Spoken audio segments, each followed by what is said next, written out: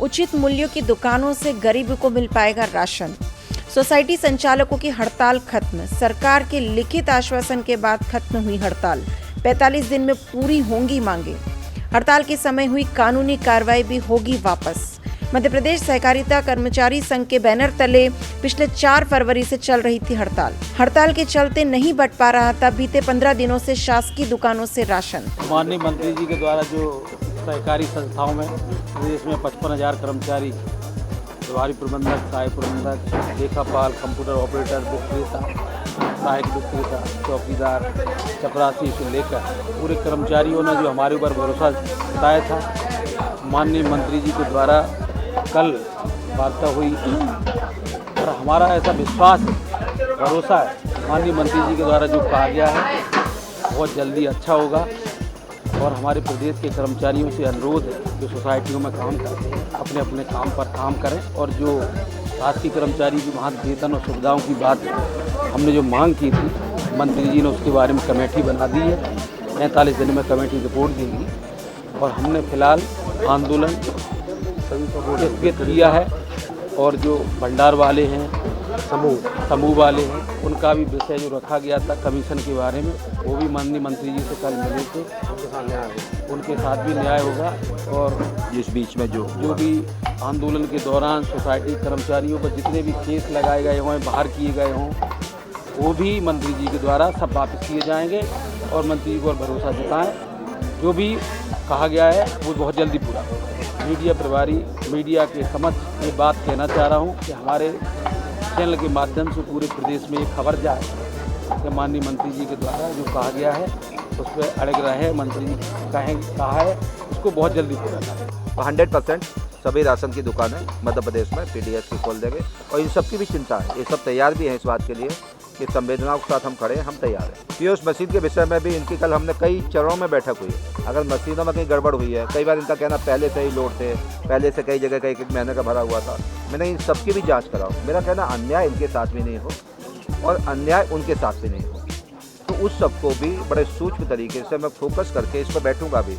मैं इनको कल बहुत सुना, एक बार है वो हम सब एक बार विषय में टेक्निकल क्या क्या हो सकता है, इनको तकलीफ ना हो और ये भी उनको तकलीफ ना दे। इनको भी मैंने कहा कि आप 95, 98, 99% अच्छे लोग हैं, आप पूरा करते हैं, जैसे हमारा मालवास में मध्य प्रदेश सब जगह करते हैं, लेकिन जहाँ आप लोग गड़बड़ करते हैं उसके कारण भी बदनामी होती है, पहले पेज पे कई बार छपता है। तो वो भी हमने इन सबको आग्रह कर रहे हैं, भैया देखो गड़बड़ करोगे तो हम फिर नहीं छोड़ेंगे। ये सब सहमत भी उस बात पर, क्योंकि इनकी भी बदनामी उसमें होती है और सरकार की बदनामी होती है, जनता का सब उत्तरदायित्व है।